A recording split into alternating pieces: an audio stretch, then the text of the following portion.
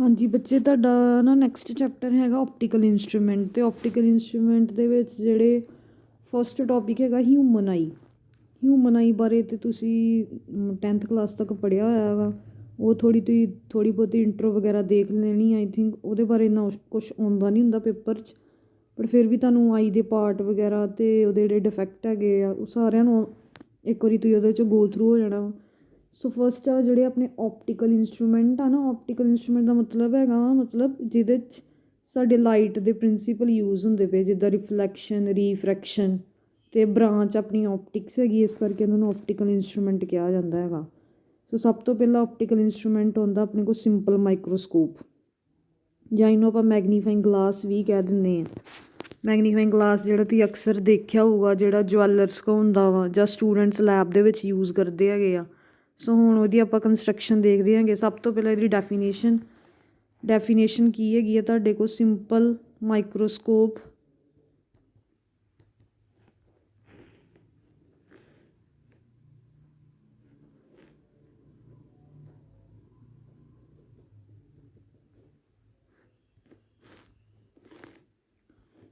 ਸੋ ਜਿਹੜਾ ਤੁਹਾਡੇ ਕੋਲ ਸਿੰਪਲ ਮਾਈਕਰੋਸਕੋਪ ਹੈਗਾ ਵਾ ਉਹ ਤੁਸੀਂ ਕਰਨੀ ਹੈਗੀ ਇਹਦੀ। ਸਭ ਤੋਂ ਪਹਿਲਾਂ ਤੁਸੀਂ ਡੈਫੀਨੇਸ਼ਨ ਕਰਨੀ ਹੈਗੀ ਸਿੰਪਲ ਮਾਈਕਰੋਸਕੋਪ ਕੀ ਹੈਗਾ।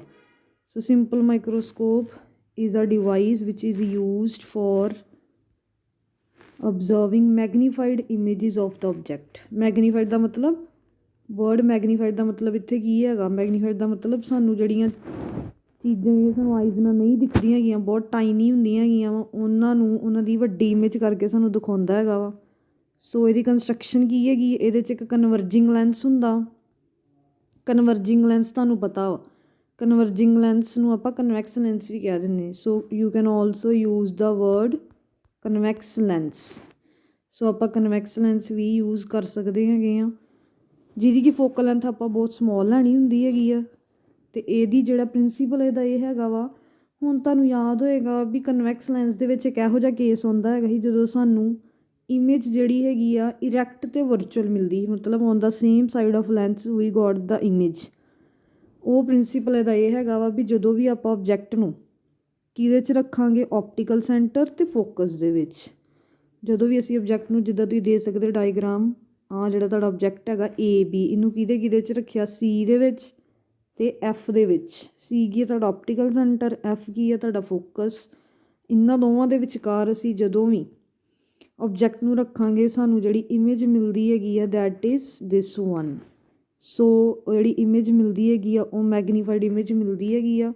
ਸੋ ਇਹ ਇਹਦਾ ਪ੍ਰਿੰਸੀਪਲ ਹੈਗਾ। ਸੋ ਸਭ ਤੋਂ ਪਹਿਲਾਂ ਤੁਸੀਂ ਡੈਫੀਨੇਸ਼ਨ, ਫਿਰ ਇਹਦਾ ਪ੍ਰਿੰਸੀਪਲ ਵੀ ਜਦੋਂ ਵੀ ਆਪਾਂ ਆਬਜੈਕਟ ਨੂੰ ਆਪਟੀਕਲ ਸੈਂਟਰ ਅਤੇ ਫੋਕਸ ਦੇ ਵਿੱਚ ਰੱਖਦੇ ਹੈਗੇ ਆ, we got a magnified erect and virtual image which is formed ਕੀ ਲਿਖਿਆ ਹੋਇਆ at a least distance of distinct vision. Least distance ਮਤਲਬ ਜਿੰਨਾ ਸਾਡੀ ਆਈਸ 'ਤੇ ਬਿਨਾਂ ਸਟ੍ਰੈਸ ਪਾਏ ਆਪਾਂ ਵੇਖ ਸਕਦੇ। ਤੁਹਾਨੂੰ ਪਤਾ ਹੋਣਾ ਆਪਣਾ ਹਿਊਮਨ ਆਈ ਜਿਹੜੀ ਹੈਗੀ ਆ ਉਹਦਾ ਨੋਰਮਲ ਪੁਆਇੰਟ ਹੈਗਾ 25 ਸੈਂਟੀਮੀਟਰ। ਜੇ ਆਪਾਂ 25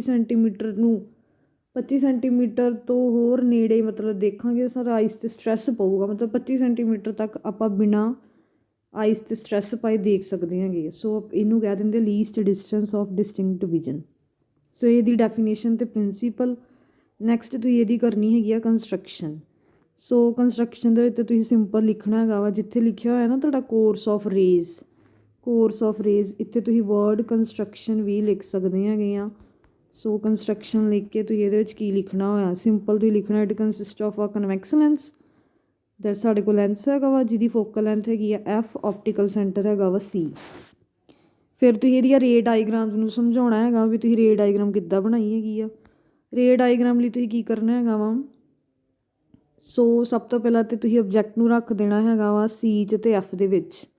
ਆਹ ਤੁਹਾਡਾ AB ਆਬਜੈਕਟ ਹੈਗਾ ਵਾ। ਹੁਣ ਪਹਿਲੀ ray parallel to principal axis ਆਊਗੀ, that will pass through focus. So ਦੂਸਰੀ ਰੇ ਜਿਹੜੀ ਹੈਗੀ ਆ ਆਪਟੀਕਲ ਸੈਂਟਰ 'ਚੋਂ ਪਾਸ ਕਰੂਗੀ। ਜਿਹੜੀ ਰੇ ਤੁਹਾਨੂੰ ਪਤਾ ਆਪਟੀਕਲ ਸੈਂਟਰ 'ਚੋਂ ਜਾਂਦੀ ਹੈਗੀ ਆ ਉਸੇ ਰਸਤੇ ਵਾਪਸ ਚਲ ਜਾਂਦੀ ਹੈਗੀ ਆ। ਹੁਣ ਆਹ ਦੋਨੋਂ ਰੇਜ਼ ਜਿਹੜੀ ਆ ਪਿਛਲੀ, ਇਹ ਦੋਵੇਂ ਹੁਣ ਦੇਖੋ ਤੁਸੀਂ ਇਹ ਦੋਵੇਂ ਮੀਟ ਨਹੀਂ ਕਰਦੀਆਂ ਪਈਆਂ। ਇਹਨਾਂ ਨੂੰ ਆਪਾਂ ਪਿੱਛੇ ਆਪ ਮੀਟ ਕਰਾਇਆ ਡੋਟਡ ਲਾਈਨ ਦੇ ਨਾਲ। ਸੋ ਜਦੋਂ ਹੀ ਇਹਨਾਂ ਨੂੰ ਮੀਟ ਕਰਾਇਆ ਸੋ ਜਦੋਂ ਅਸੀਂ ਇਹਨਾਂ ਨੂੰ ਮੀਟ ਕਰਾਇਆ ਵੀ ਗੋਟ ਆ ਇਮੇਜ, ਆ ਦੇਖੋ ਡਾਟਡ ਲਾਈਨ ਦੇ ਨਾਲ ਅਸੀਂ ਇਹਨਾਂ ਨੂੰ ਮੀਟ ਕਰਾਇਆ, hair we got the image. ਸੋ ਇੱਥੇ ਸਾਨੂੰ ਇਮੇਜ ਮਿਲਦੀ ਹੈਗੀ ਆ ਜਿਹੜੀ ਕਿ ਜਿਹਨੂੰ ਆਪਾਂ ਨਾਮ ਦਿੱਤਾ A dash B dash. So image ਕਿੱਦਾਂ ਦੀ ਬਣੀ, ਇਹ ਇਮੇਜ ਤੁਹਾਡੀ ਬਣੀ ਹੈਗੀ ਆ virtual, erect and on the same side of the lens. So ਇਹ ਤੁਸੀਂ ਇਹਦੇ ਕੋਰਸ ਆਫ ਰੇਸ ਦੇ ਵਿੱਚ ਦੱਸਣਾ ਹੈਗਾ, ਜਾਂ ਇਹਨੂੰ ਥਿਊਰੀ ਪੋਰਸ਼ਨ ਵੀ ਤੁਸੀਂ ਕਹਿ ਸਕਦੇ ਹੈਗੇ ਆ। ਫਿਰ ਆਪਾਂ ਇਹਦੀ ਕੱਢਣੀ ਹੈਗੀ ਮੈਗਨੀਫਿਕੇਸ਼ਨ ਜਾਂ ਮੈਗਨੀਫਾਈਂਗ ਪਾਵਰ, ਜਾਂ ਜਿਹਨੂੰ ਆਪਾਂ ਕਹਿ ਦਿੰਦੇ ਹੈਗੇ ਆ ਐਂਗੂਲਰ ਮੈਗਨੀਫਿਕੇਸ਼ਨ। ਸੋ ਸਭ ਤੋਂ ਪਹਿਲਾਂ ਤਾਂ ਇਹਦੀ ਡੈਫੀਨੇਸ਼ਨ ਸਮਝੋ। ਸੋ ਇਹਦੀ ਡੈਫੀਨੇਸ਼ਨ ਕੀ ਹੈਗੀ ਆ ਤੁਹਾਡੇ ਕੋਲ, ਐਂਗੂਲਰ ਮੈਗਨੀਫਿਕੇਸ਼ਨ ਕੀ ਹੁੰਦਾ। ਸਿੰਪਲ ਤੁਸੀਂ ਕਰਨਾ, it is defined as ratio of the angle, image ਨੇ ਐਂਗਲ ਕਿੰਨਾ ਬਣਾਇਆ, ratio of the angle subtended by the image to the angle subtended by the object. Simple ਤੁਸੀਂ ਓਬਜੈਕਟ ਤੱਕ ਇਹਦੀ ਡੈਫੀਨੇਸ਼ਨ ਕਰ ਸਕਦੇ ਹੈਗੇ ਆ। Ratio of angle subtended by the image to the angle subtended by the object. So ਜਿੱਦਾਂ ਕਿ ਤੁਸੀਂ ਦੇਖ ਸਕਦੇ ਹੈਗੇ ਆ,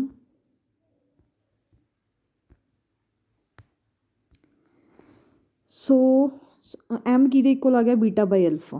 ਹੁਣ ਬੀਟਾ ਕੀ ਹੈਗਾ, ਹੁਣ ਮੈਂ ਤੁਹਾਨੂੰ ਦੱਸਦੀ ਹਾਂ ਡਾਇਗਰਾਮ ਦੇ ਵਿੱਚ ਐਂਗਲ ਕਿੱਦਾਂ ਬਣਾਉਣੇ ਹੈਗੇ ਆ।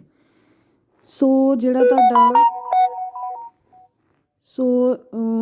ਜਿਹੜਾ ਤੁਹਾਡਾ ਓਬਜੈਕਟ ਹੈਗਾ ਵਾ AB, ਹਾਂ ਤੁਹਾਡਾ ਓਬਜੈਕਟ ਹੈਗਾ AB, ਇਹਦੇ ਕੋਰਸਪੋਂਡਿੰਗ ਮੈਂ ਮਤਲਬ ਓਪਟੀਕਲ ਸੈਂਟਰ ਨਾਲ ਐਂਗਲ ਬਣਾਉਣਾ, ਇਹਦੇ ਕੋਰਸਪੋਂਡਿੰਗ ਮੈਂ ਇੱਥੇ ਡੋਟਡ ਲਾਈਨ ਲੈ ਕੇ ਇੱਥੇ ਇੱਕ ਪੁਆਇੰਟ ਲੈ ਲਿਆ A1। ਹੁਣ ਮੈਂ ਕਹਿ ਸਕਦੀ A1 ਤੋਂ ਇੱਥੇ ਜਿਹੜਾ ਐਂਗਲ ਬਣਦਾ ਪਿਆ ਦੈਟ ਇਜ਼ ਕੋਲਡ ਅਲਫਾ, ਕਿਉਂਕਿ ਜਿੰਨੀ AB ਹੈਗੀ ਆ ਓਨੀ A1B ਹੈਗੀ ਆ। ਸੋ ਆਪਾਂ ਉੱਥੇ ਥੋੜ੍ਹੀ ਜਿਹੀ ਕੰਸਟਰਕਸ਼ਨ ਕੀਤੀ ਅਤੇ ਇਹਨੂੰ ਆਪਾਂ ਐਂਗਲ ਮੰਨ ਲਿਆ ਅਲਫਾ, ਠੀਕ ਹੈ। ਹੁਣ ਜਿਹੜੀ ਤੁਹਾਡੀ ਇਮੇਜ ਹੈਗੀ ਆ, ਤੁਹਾਡੀ ਸਿੰਪਲ ਇਮੇਜ ਆ, ਇਮੇਜ ਆਪਟੀਕਲ ਸੈਂਟਰ ਦੇ ਨਾਲ ਕਿੰਨਾ ਐਂਗਲ ਬਣਾ ਰਹੀ, ਦੈਟ ਇਜ਼ ਬੀਟਾ। ਸੋ ਜਿਹੜਾ ਐਂਗਲ ਹੈਗਾ ਵਾ ਓਬਜੈਕਟ ਨੇ ਬਣਾਇਆ ਦੈਟ ਇਜ਼ ਅਲਫਾ, ਅਤੇ ਜਿਹੜਾ ਤੁਹਾਡਾ ਐਂਗਲ ਇਮੇਜ ਨੇ ਬਣਾਇਆ that is beta. So magnifying ਦਾ ਫਾਰਮੂਲਾ ਲਾ ਦਿਓ, M equal to beta by alpha. ਹੁਣ ਕੀ ਕਰਨਾ, ਜਦੋਂ ਐਂਗਲ ਤੁਹਾਡਾ ਬਹੁਤ ਸਮੋਲ ਹੁੰਦਾ ਵਾ, ਉਹ ਜਿਹੜਾ angle almost tan of that angle ਦੇ ਇਕੁਅਲ ਹੁੰਦਾ, ਮਤਲਬ you can also write M equal to tan by beta by tan of alpha. ਹੁਣ ਆਪਾਂ ਕੀ ਕਰਨਾ, ਹੁਣ just we need the values of tan beta and tan alpha and we will put in the value of M। ਹੁਣ ਦੇਖੋ ten ਬੀਟਾ ਕਿੱਦਾਂ ਆਏਗਾ, ten beta ਦੇ ਲਈ we will consider this triangle as I have already told you in triangle A dash B dash C। So A dash B dash C ਦੇ ਵਿੱਚ ਜਦੋਂ ਤੁਸੀਂ ਟੈਨ ਬੀਟਾ ਲਾਓਗੇ you will get this one. So in triangle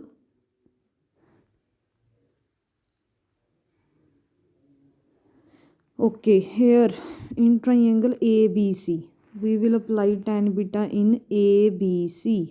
ਆਹ ਵਾਲਾ triangle ਹੈਗਾ, ਇੱਦਾਂ ਮੈਂ ਤੁਹਾਨੂੰ ਸ਼ੋਅ ਕਰ ਦਿੰਦੀ this one, this is angle beta ABC। ਸੋ ਇੱਥੇ ਤੁਹਾਡਾ ਟੈਨ ਬੀਟਾ ਜਿਹੜਾ ਹੈਗਾ ਵਾ, ਟੈਨ ਬੀਟਾ ਤੁਹਾਡਾ ਆ ਜਾਏਗਾ AB ਬਾਏ, ਸੋ ਦੇਖੋ ਤੁਹਾਡਾ ਟੈਨ ਬੀਟਾ ਆ ਗਿਆ AB ਬਾਏ BC। ਤੁਹਾਨੂੰ ਪਤਾ ਟੈਨ ਕਿਹਦੇ ਬਰਾਬਰ ਹੁੰਦਾ, tan is perpendicular over base, so AB by BC। Next we will find tan alpha। So for tan alpha,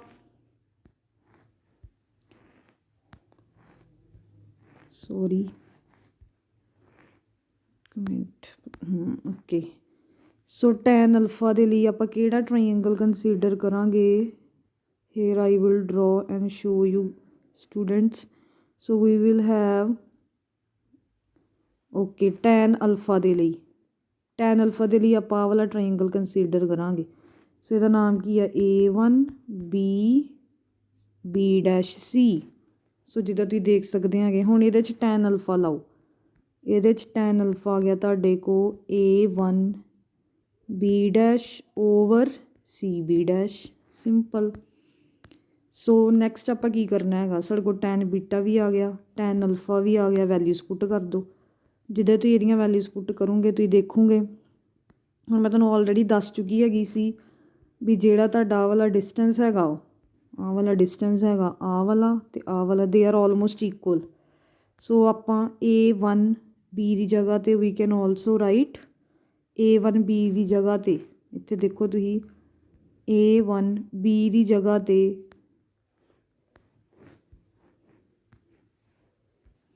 ਹਾਂਜੀ A1 B ਦੀ ਜਗ੍ਹਾ 'ਤੇ ਆਪਾਂ AB ਲਿਖ ਸਕਦੇ ਹੈਗੇ। ਸੋ ਇਹ ਮੈਂ ਤੁਹਾਨੂੰ ਦੱਸਣਾ ਹੈਗਾ ਸੀ। ਸੋ ਦੋਨਾਂ ਨੂੰ ਆਪਾਂ ਪੁੱਟ ਕਰਤਾ ਵੈਲਿਊਜ਼, ਦੋਨਾਂ ਵੈਲਿਊਜ਼ ਨੂੰ ਪੁੱਟ ਕਰਕੇ AB ਕੀ ਹੋ ਗਏ, ਦੋਨਾਂ ਵੈਲਿਊਜ਼ ਨੂੰ ਜਦੋਂ ਹੀ ਪੁੱਟ ਕੀਤਾ AB ਕੀ ਹੋ ਗਏ, cancel out. We are left with this one CB dash over CB। ਹੁਣ ਕੀ ਕਰਨਾ, ਸਾਈਨ ਕਨਵੈਨਸ਼ਨਸ ਦੇ ਅਕੋਰਡਿੰਗ ਇਹਨਾਂ ਦੀਆਂ ਵੈਲਿਊਜ਼ ਪੁੱਟ ਕਰ ਦਿਓ। ਹੁਣ ਦੇਖੋ CB ਸੋਰੀ ਓਕੇ, ਹੁਣ ਦੇਖੋ ਬੇਟਾ ਤੁਹਾਡੇ ਕੋਲ ਵੱਟੀ CB ਡੈਸ਼ ਇਮੇਜ ਦਾ ਡਿਸਟੈਂਸ, ਇਮੇਜ ਦਾ ਡਿਸਟੈਂਸ ਇੱਧਰ ਹੈਗਾ ਵਾ, ਕੀ ਆਊਗਾ ਨੈਗੇਟਿਵ। ਤੁਹਾਨੂੰ ਮੈਂ ਦੱਸਿਆ ਸੀ ਗੱਲ, ਜਿਹੜੇ ਲੈਂਸ ਦੀ ਇੱਧਰਲੀ ਸਾਈਡ 'ਤੇ ਆਬਜੈਕਟ ਹੈਗੇ we will consider negative. So we will put -u। Object distance, object ਵੀ ਇੱਧਰ ਪਿਆ ਹੈਗਾ, ਵੀ ਵਿਲ ਪੁੱਟ -u। ਸੋ ਇਹ ਆ ਗਿਆ ਤੁਹਾਡਾ -v ਓਵਰ -u, ਮਾਈਨਸ ਨਾਲ ਮਾਈਨਸ ਹੋ ਕੇ ਕੈਂਸਲ। ਸੋ ਸਾਡੇ ਕੋਲ ਕੀ ਬਚਿਆ, ਮੈਗਨੀਫਿਕੇਸ਼ਨ ਆ ਗਈ v/u। ਸੋ ਇਹਦੇ ਤੋਂ ਬਾਅਦ ਹੁਣ ਸਾਨੂੰ ਕੀ ਚਾਹੀਦਾ ਹੈਗਾ ਵਾ, we need the value of this one v/u। ਹੁਣ ਮੈਨੂੰ v/u ਦੀ ਵੈਲਿਊ ਚਾਹੀਦੀ ਹੈਗੀ ਆ। v/u ਦੀ ਵੈਲਿਊ ਲੱਭਣ ਦੇ ਲਈ ਆ ਤੁਸੀਂ ਜਾਣਿਆ ਪਛਾਣਿਆ ਫਾਰਮੂਲਾ ਤੁਹਾਡੇ ਕੋਲ ਲੈਂਸ ਫਾਰਮੂਲਾ, ਲੈਂਸ ਫਾਰਮੂਲਾ ਤੁਸੀਂ ਸਾਰਿਆਂ ਨੇ ਪੜ੍ਹਿਆ ਹੋਇਆ, ਆਪਾਂ ਡਰਾਈਵ ਵੀ ਕੀਤੀਆਂ ਹੋਈਆਂ ਇਹਦੀਆਂ ਡੈਰੀਵੇਸ਼ਨਸ ਦੇ ਵਿੱਚ। ਹੁਣ ਮੈਨੂੰ just v/u, I want this one v/u, ਮੈਨੂੰ v/u ਚਾਹੀਦਾ ਹੈਗਾ ਵਾ। ਉਹਦੇ ਲਈ ਆਪਾਂ ਕੀ ਕੀਤਾ ਹੈਗਾ, v/u ਨੂੰ ਫਾਈਂਡ ਆਊਟ ਕਰਨ ਦੇ ਲਈ ਆਪਾਂ ਲੈਂਸ ਫਾਰਮੂਲਾ ਲਾਇਆ। ਮੈਂ ਇਕੁਏਸ਼ਨ ਨੂੰ ਕੀ ਕੀਤਾ, ਮੈਨੂੰ v/u ਦੀ ਵੈਲਿਊ ਚਾਹੀਦੀ, ਮੈਂ ਆ ਇਕੁਏਸ਼ਨ ਨੂੰ v ਨਾਲ ਮਲਟੀਪਲਾਈ ਕਰਤਾ। ਸੋ ਇਹ ਮੇਰੇ ਕੋਲ ਕੀ ਬਣ ਗਿਆ, v/v minus v/u equal to v/f। v ਨਾਲ v ਕੀ ਹੋ ਗਿਆ, ਕੈਂਸਲ। ਸੋ ਜਦੋਂ v ਨਾਲ v ਕੀ ਹੋ ਗਿਆ ਕੈਂਸਲ, ਮੇਰੇ ਕੋਲ ਕੀ ਬਚਿਆ, ਇੱਥੇ ਮੇਰੇ ਕੋਲ ਬਚ ਗਿਆ 1 minus v/u equal to v/f। I want this only v/u. What is v/u? This is m v/f। ਸੋ ਮੈਨੂੰ ਕੀ ਚਾਹੀਦਾ ਸੀ, m ਦੀ v/u ਦੀ ਜਗ੍ਹਾ 'ਤੇ ਮੈਂ m ਪੁੱਟ ਕਰਤਾ। ਮੈਨੂੰ ਕੀ ਚਾਹੀਦੀ ਸੀ, m ਦੀ ਵੈਲਿਊ।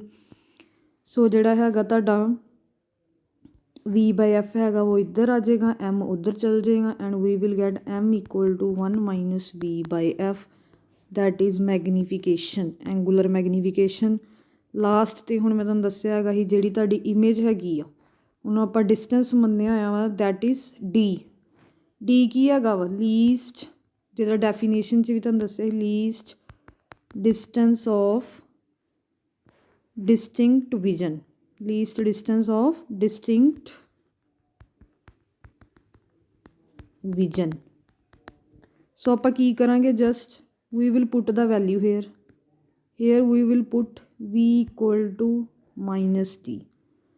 ਮਾਈਨਸ ਕਿਉਂ ਪੁੱਟ ਕੀਤਾ, ਤੁਹਾਨੂੰ ਪਤਾ ਹੈਗਾ ਮਾਈਨਸ ਆਪਾਂ ਇਸ ਕਰਕੇ ਪੁੱਟ ਕੀਤਾ ਹੈਗਾ ਵਾ ਕਿਉਂਕਿ ਤੁਹਾਡੀ ਜਿਹੜੀ ਇਮੇਜ ਹੈਗੀ ਆ that is formed on the same side of the lens and we will use the negative sign here. After putting the value we will get this formula.